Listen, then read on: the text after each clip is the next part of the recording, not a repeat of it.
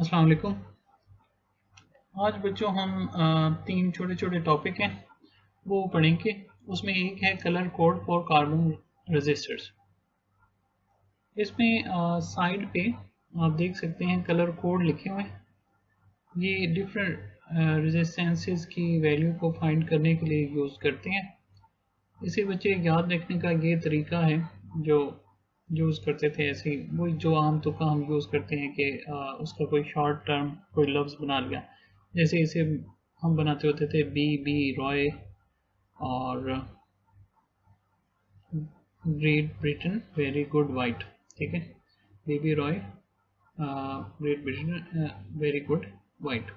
लेकिन जो भी आप अपनी मर्ज़ी से कुछ बना सकते हैं, लेकिन इसमें याद रखिएगा कि बी और बी तीन दफ़ा आ रहे हैं। तो पहला जो बी है वो ब्लैक के लिए, दूसरा ब्राउन के लिए और तीसरा ब्लू के लिए। ये भी याद रखिएगा क्योंकि समटाइम्स कंफ्यूजन हो जाती है कि पहले कौन सा था। अच्छा, एक और जो कंफ्यूजन होती है वो जी से ग्रीन भी है और ग्रे भी है, तो इन्हें भी देख लीजिएगा। तो अगर कोई वर्ड रिपीट होते हैं तो उसमें देख लीजिएगा कि पहले कौन सा था और बाद में कौन सा है। अच्छा, तो टॉपिक की तरफ आते हैं। इसमें ये जो रजिस्टर्स हैं, ये हर जो सर्किट है उसके कंपोनेंट्स का हिस्सा है। ये पहले एक टॉपिक हमने पढ़ा था रेजिस्टेंस के बारे में, तो उसमें बताया था और उनकी पिक्चर्स भी दिखाई थी। तो कार्बन जो रजिस्टर्स हैं वो आम तौर पे यूज़ होते हैं। फिर ये किस से बने हैं? हाई ग्रेड सेरामिक रॉड और कौन से, और जिसके ऊपर thin resistive film of carbon होती है। फिर इसकी जो न्यूमेरिकल वैल्यू है वो किससे इंडिकेट करते हैं? कलर कोड से। अब ये जो कलर कोड है इसको कैसे पढ़ना है, इसके आपको सामने चार रूल्स नज़र आ रहे हैं, इसके ज़रिए पढ़ना है। जैसा कि फ़र्ज़ करें कि आपके पास सामने जो रेजिस्टेंस है, तो जो पहला डिजिट है वो उसकी न्यूमेरिकल वैल्यू का पहला नंबर रिप्रेजेंट करेगा। जैसा कि इसमें देखें कि पहला है रेड, तो रेड अगर हम सामने टेबल में देखें तो रेड का क्या है? 2, तो लिख देंगे 2। फिर जो दूसरा नंबर है कि जो second band gives the second digit, दूसरा बैंड दूसरा डिजिट जो है वो देते हैं। जैसे कि इसमें जो सामने फॉर योर इंफॉर्मेशन वाली रेजिस्टेंस नज़र आ रही है वो क्या दे रहा है? Colour violet. तो आप भी उसका नंबर लिख देंगे। वायलेट टेबल में देखें कहाँ आ रहा है? 7 पे, तो वायलेट की जगह क्या लिख देंगे? 7। जो तीसरा है वो डेसिमल मल्टीप्लायर को रिप्रेजेंट करता है। Decimal multiplier number of zeros को रिप्रेजेंट करेगा। जैसे कि इसमें जो सामने हमारे पास है वो है ऑरेंज। ऑरेंज में ऑरेंज का नंबर क्या है? 3। तो 3 आप कितने जीरोस लगा देंगे? आप 3 जीरोस लगा देंगे। तो 2, 7 और 000। जो लास्ट है 4, सिल्वर होगा या गोल्ड होगा या नहीं होगा, तो वो रिप्रेजेंट करता है टॉलरेंस को। अब टॉलरेंस क्या है कि ये मतलब वो आगे बता देगा कि ये कलर इसका सिल्वर या गोल्ड होता है और silver bar indicates are tolerance of plus minus 10%। यानी कि जो वैल्यू है वो एक्चुअल वैल्यू का प्लस या माइनस 10% हो सकता है। जैसे कि अगर हमारे पास है 27,000 और आगे है सिल्वर कलर, तो 27,000 का प्लस माइनस 10 करना है तो पहले तो 10% निकाल लें। अब आपने 10% निकाला तो वो जाहिर है आ गया 2700, 2700 आ जाएगा। 10% निकालेंगे तो अब आपने क्या करना है कि वो जो 27,000 है, 27 किलो ओहम है एक्चुअल में, उसमें वो जो वैल्यू है 10% उसे प्लस या माइनस भी कर दे, प्लस भी कर दे माइनस भी कर दे। तो जो एक्चुअल वैल्यू है उनके दरमियान दरमियान हो सकती है, यानी कि ये रेंज होती है। इसी तरह अगर गोल्ड है तो प्लस माइनस 5% है, लेकिन अगर कोई बैंड नहीं है तो टॉलरेंस 20% तक हो सकती है। ठीक है, तो इस तरह ये वैल्यूज ख्याल रखिएगा कि पहले तो कलर कोड क्या है? पहला कलर किसको रिप्रेजेंट करता है? डिजिट को, दूसरा डिजिट को, तीसरा नंबर ऑफ जीरोस को और चौथा टॉलरेंस को। और अगर चौथे पे कोई कलर नहीं होगा तो वो किसको रिप्रेजेंट करेगा? 20% को, प्लस माइनस 20% टॉलरेंस होगी। फिर बच्चे जो नेक्स्ट टॉपिक है वो है रियोस्टेट। जो रियोस्टेट है वो एक्ट कर सकता है एज अ वेरिएबल रेजिस्टर के तौर पे। इसके रेजिस्टेंस को हम चेंज कर सकते हैं। ये अभी हम एक सर्किट देखेंगे, उसमें हम करके भी देखेंगे। और ये मैग्नेन वायर से बना होता है। मैग्नेन जो है ये एक अलॉय है गालबन कॉपर, मैग्नीज और निकल का, ठीक है। और ये एक इंसुलेटिंग जो सिलेंडर है वो आपको सामने नज़र आ रहा होगा, इसके ऊपर बाउंड होती है, ठीक है। ये इसके दो टर्मिनल्स जो कि फिक्स हैं, और तीसरा मूवेबल है, सी मूवेबल है, ये ऊपर मूव कर सकता है। तो ये उसकी कंस्ट्रक्शन है। फिर इसे वेरिएबल रेजिस्टर के तौर पे जब आप यूज़ करेंगे, तो आपने जब इसे वेरिएबल रेजिस्टर के तौर पे यूज़ करना है तो आप क्या करेंगे, इसके दो टर्मिनल्स यूज़ करेंगे, ए और सी, ठीक है, ए और सी को। अब ए फिक्स्ड है, सी मूव कर सकते हैं। जब आप सी को मूव करेंगे तो आप देखेंगे कि ए और सी के दरमियान लेंथ ऑफ वायर इंक्रीज हो रही है। जब लेंथ ऑफ वायर इंक्रीज होती है तो आपको याद हो कि रेजिस्टेंस और लेंथ डायरेक्टली प्रोपोर्शनल है। तो जो रेजिस्टेंस है वो भी इंक्रीज होती है, और जो रेजिस्टेंस इंक्रीज होती है तो करंट रिड्यूस हो जाता है, करंट कम हो जाएगा उसके अक्रॉस। तो इस तरह आप उसे ऐसे यूज कर सकते हैं एज अ वेरिएबल रेजिस्टर के तौर पे। अब मिसाल के तौर पे अगर मैं इस सर्किट को ड्रा कर सकूं, ठीक है, कि यहाँ पर हमने ये इसे एज अ वेरिएबल रेजिस्टर के तौर पे यहाँ पे हमने लगा दी बैटरी, ठीक है, ये बैटरी आ गई हमारी, और यहाँ पे हमने लगा दिया एक बल्ब, ये बल्ब लगा दिया, और इस बल्ब का दूसरा सिरा हमने मिला दिया सी से, और ये अब है क्या, ये जो पॉइंट है इसे मूव करवाया जा सकता है। तो जैसे ही फर्ज करेंगे अगर यहाँ पर होता तो रेजिस्टेंस इतनी होती, यहाँ आर, फिर जैसे जैसे आर या जो एल है वो इंक्रीज होगा, लेंथ ऑफ वायर जो है इस पॉइंट से लेकर यहाँ तक इंक्रीज होगी, तो इस तरह जो रेजिस्टेंस है लेंथ ऑफ वायर इंक्रीज होने से इंक्रीज होगी। तो पहले आप देखेंगे कि अगर आप ए पॉइंट के करीब हैं तो ब्राइटनेस ज़्यादा होगी, लेकिन जैसे ही आप बी पॉइंट के करीब इधर को जाना शुरू करेंगे तो आप देखेंगे कि brightness of the bulb decrease होगी। तो brightness of the bulb decrease होने का ये मतलब है कि रेजिस्टेंस इंक्रीज हो रही है, जिसकी वजह से करंट डिक्रीज हो रहा है और ब्राइटनेस ऑफ द बल्ब भी डिक्रीज हो रही है। तो इस तरह आप इसे यूज कर सकते हैं एज अ वेरिएबल रेजिस्टर के तौर पे। इसका एक और भी काम है और वो है एज अ पोटेंशियल डिवाइडर।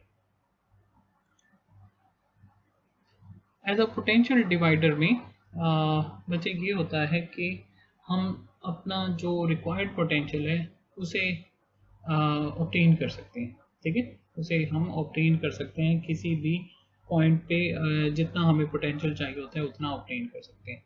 तो इस तरह का सर्किट जो आपको सामने नज़र आ रहा है 13.14, इसे कहते हैं एज अ पोटेंशियल डिवाइडर। अच्छा, अब उसे करने से पहले ये मैं एक फर्जी सर्किट बनाया है, ये आपको ऊपर ये जो सर्किट नज़र आ रहा है ये हमारा एक फर्जी सर्किट है, ठीक है।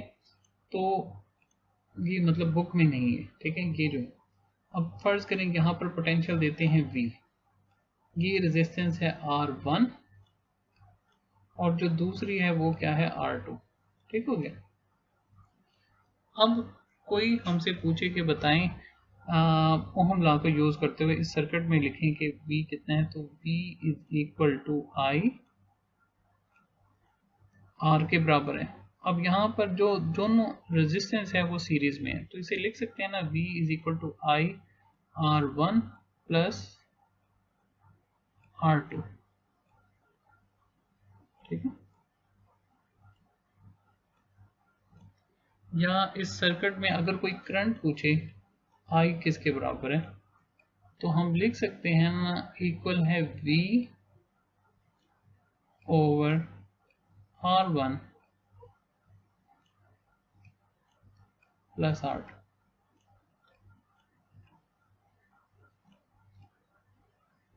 तो ये हम अपना फर्जी सर्किट ड्रा करें।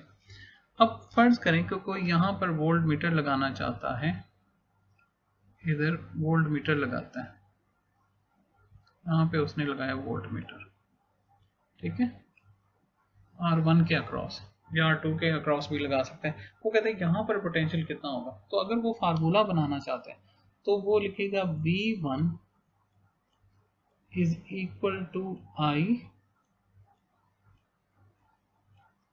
R1, potential is equal to ohm law के मुताबिक करंट इनटू रेजिस्टेंस। उसकी रेजिस्टेंस कितनी है, सिर्फ R1 के अक्रॉस पोटेंशियल फाइंड करना चाहता है। पोटेंशियल आपको पता है सीरीज सर्किट में डिवाइड हो जाता है, तो V1 is equal to I R1। अब I जो है वो करंट है। अब इसकी वैल्यू अगर हमने लिखनी है तो वो हम ऊपर वाले से, ये जो था सर्किट, इससे लिख सकते हैं। ये किसके बराबर था, V यानी कि total potential divided by R1 plus R2। अच्छा, तो अब इससे आप जज कर सकते हैं कि अगर हमने पोटेंशियल निकालना है किसी एक रेजिस्टेंस के थ्रू, तो वो किसके बराबर होगा, टोटल पोटेंशियल मल्टीप्लाई उस चीज की रेजिस्टेंस जिसके अक्रॉस हमने पोटेंशियल फाइंड करना है, divided by R1 plus R2 total resistance. इससे आप जज कर सकते हैं कि V2 यानी कि पोटेंशियल डिफरेंस अक्रॉस R2 क्या होगा, वो होगा बच्चों IR2। I क्या है, V over R1 plus R2 और मल्टीप्लाई क्या आ जाएगा R2, यानी कि V पोटेंशियल, R2 उस कंपोनेंट की resistance divided by total resistance. इसी तरह बच्चों यहाँ पर है, अब ये सर्किट कंसीडर करें जो कि है फिगर 13.14 में। अब ये पोटेंशियल, बैटरी का पोटेंशियल जो है वो कितना है V, ये V उसने पोटेंशियल दे दी। अब A से B तक रेजिस्टेंस कितनी है R, total resistance between A and B है R, ठीक है। अब वो कहता है आप बताएं B और C के दरमियान पोटेंशियल कितना होगा, B और C के दरमियान VBC किसके इक्वल होगा।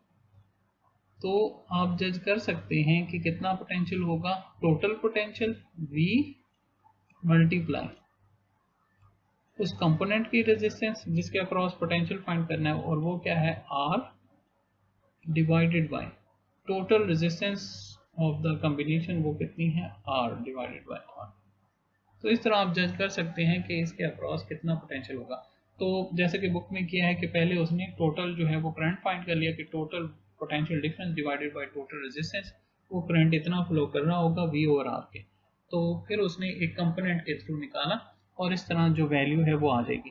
तो आप पोटेंशियल जो है वो VBC is equal to V होगा। अब देखिए ना, VBC,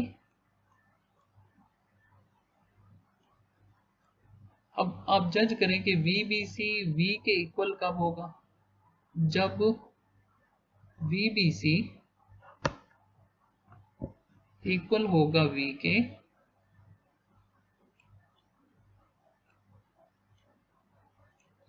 VBC इक्वल होगा V के जब R इक्वल होगा कैपिटल R के।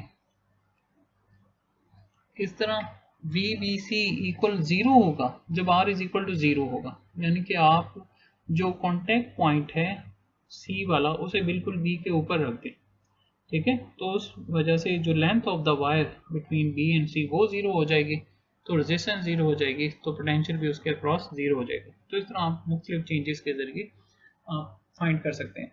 अच्छा, सिमुलेशन में एंड में बनाऊंगा, दिखाऊंगा, तो इससे पहले थर्मिस्टर भी हम कर लेते हैं।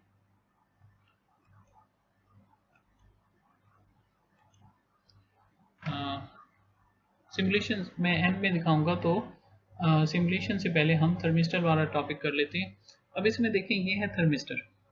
थर्मिस्टर क्या होता है, ये एक हीट सेंसिटिव रेजिस्टर है और इसका ज़्यादातर टेम्परेचर कोएफिशिएंट क्या होता है, नेगेटिव होता है। अब ये कैसे बनाए जाते हैं, अंडर हाई प्रेशर सेरेमिक का बना होता है, ठीक है, और उसमें मतलब ये जो है मेटेलिक ऑक्साइड डालते हैं। फिर किस फॉर्म में होता है, बीड्स हैं, रॉड्स हैं, वॉशर्स हैं। फिर एंड में इसके यूजेस हैं कि किसके लिए यूज़ होता है, नेगेटिव टेम्परेचर कोएफिशिएंट की वजह से ये लो टेम्परेचर को एक्यूरेटली मेजर कर सकते हैं, ठीक है। और ये सेंसर के तौर पे भी यूज़ हो सकता है क्योंकि ये कन्वर्ट कर देता है टेम्परेचर को इनटू इलेक्ट्रिकल एनर्जी, ठीक है। अच्छा, अब ये टेम्परेचर को फाइंड कर सकते हैं। अब आपको याद हो कि हमने लिखा था R naught alpha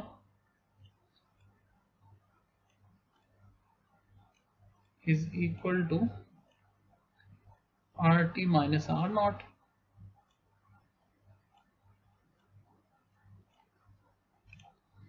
divided by T minus T naught. तो इसके क्या होता है, स्पेसिफिक टेम्परेचर पे एक स्पेसिफिक रेजिस्टेंस है। तो अब इसके लिए अल्फा की वैल्यू आपको पता है कांस्टेंट है आर नॉट आर टी, और अगर आर नॉट की वैल्यू पता हो तो टी माइनस टी नॉट की वैल्यू को फाइंड किया जा सकता है। ठीक है, बाकी वैल्यूज पता हो तो टी माइनस टी नॉट की भी पता हो तो टी की वैल्यू को फाइंड किया जा सकता है। तो इसका जो थर्मोमीटर है वो इसी फार्मूला पर बेस्ड होता है कि ये टेम्परेचर को रिप्रेजेंट कर सकते हैं इन टर्म ऑफ, यानी कि इलेक्ट्रिकल सिग्नल में चेंज कर देते हैं। उस इलेक्ट्रिकल सिग्नल के ज़रिए हीट को जो मिलती है उसे इलेक्ट्रिकल सिग्नल यानी कि करंट में चेंज कर देते हैं। उस करंट के ज़रिए हम रेजिस्टेंस को पता चला सकते हैं, और अगर मतलब रेजिस्टेंस पता हो तो आप टेम्परेचर भी फाइंड कर सकते हैं। तो अब नेक्स्ट बच्चों हम इन जो तीनों टॉपिक हैं इनके रिलेटेड सिमुलेशन देखेंगे। टॉपिक यहाँ पे एंड हो जाता है, पढ़ लीजिएगा और देख लीजिएगा, और अगर कोई क्वेश्चन हैं तो आप पोस्ट कर दीजिएगा कि वो कैसे चेंज हो जाता है। ठीक है, तो अब देखेंगे किस तरह रेजिस्टेंस के चेंज होने से जो कलर कोड है वो क्या हो रहा है, चेंज हो रहा है।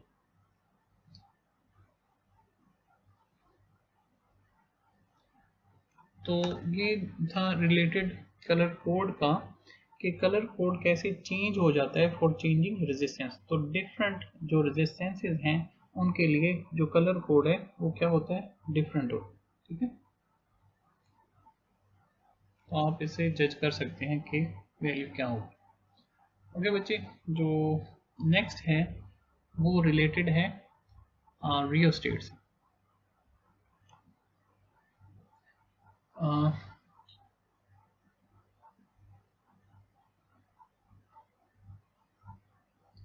ये बच्चों आप सर्किट देख रहे हैं, ये जो सर्किट है ये रिलेटेड है कि हम उसे यूज़ कर रहे हैं रियोस्टेट को एज अ वेरिएबल रजिस्टर के तौर पे।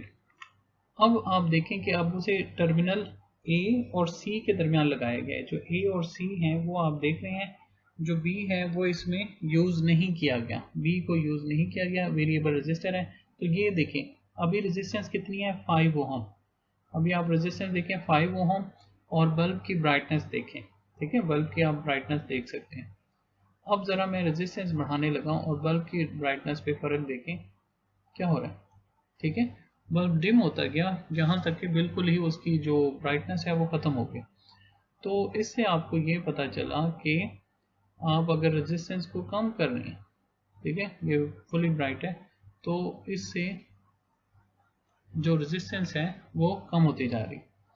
अब जो नेक्स्ट सर्किट है उसमें हम यूज़ करेंगे इसे एज अ पोटेंशियल डिवाइडर के तौर पे।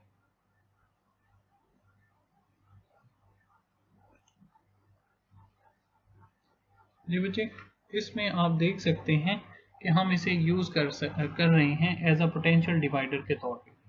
अब पोटेंशियल डिवाइडर में इधर देखें, पोटेंशियल देखें 1.05 इस साइड पे और 0.45 इस साइड पे, और इधर जो रेजिस्टेंस है वो है 5, जबकि दूसरी साइड पे रेजिस्टेंस है 95। ठीक है, अब ज़रा इसे चेंज करते हैं ऐसा ऐसा।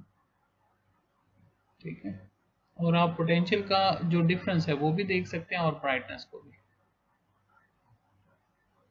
ठीक है, अब ये क्या हुआ, इधर जो है वो 100 जो जिसे रेजिस्टेंस मिले। ठीक है, तो यहाँ पर जो पोटेंशियल है वो भी क्या हो गया, 0। और दूसरे को जब रेजिस्टेंस जो है वो 0 हुई तो उसकी ब्राइटनेस होगी मैक्सिमम, और जितने का वोल्टेज है 1.5 वोल्ट देखें आप, सेल का वोल्ट देखें 1.5, तो इसका भी देखें वोल्टेज 1.5 ये आ जाता है। इस तरह ये आप चेंज कर सकते हैं। ठीक है, तो इसको कहते हैं एज अ पोटेंशियल डिवाइडर के तौर पे सर्किट का एक्ट करना। अब जो लास्ट है सिमुलेशन वो रिलेटेड है बच्चों थर्मिस्टर से। अब थर्मिस्टर क्या करता है, ये जो हीट सिग्नल है उसे करंट में चेंज कर देता है। अब यहाँ पर आप देखें एक थर्मिस्टर के पास जब हम इलेक्ट्रिक कैंडल लाते हैं तो वो मैक्सिमम करंट प्रोवाइड कर देते हैं, यानी कि जो था हीट सिग्नल उसे इलेक्ट्रिकल सिग्नल के अंदर चेंज कर देते हैं। तो इस तरह आप जो वैल्यू है, मतलब करंट पता है, आप रेजिस्टेंस जो है वो पता चला सकते हैं। और अगर आपको रेजिस्टेंस पता है तो जो टेम्परेचर है, अननोन टेम्परेचर, उसे भी फाइंड किया जा सकता है। वो जो फार्मूला था रेजिस्टेंस या रेजिस्टिविटी वाला, जिसमें थर्मल कोएफिशिएंट भी है। तो जो आज का टॉपिक यहाँ पे ख़त्म होता है, पढ़ लीजिएगा, देख लीजिएगा। आप सब लोगों का बहुत शुक्रिया। अल्लाह हाफ़िज़।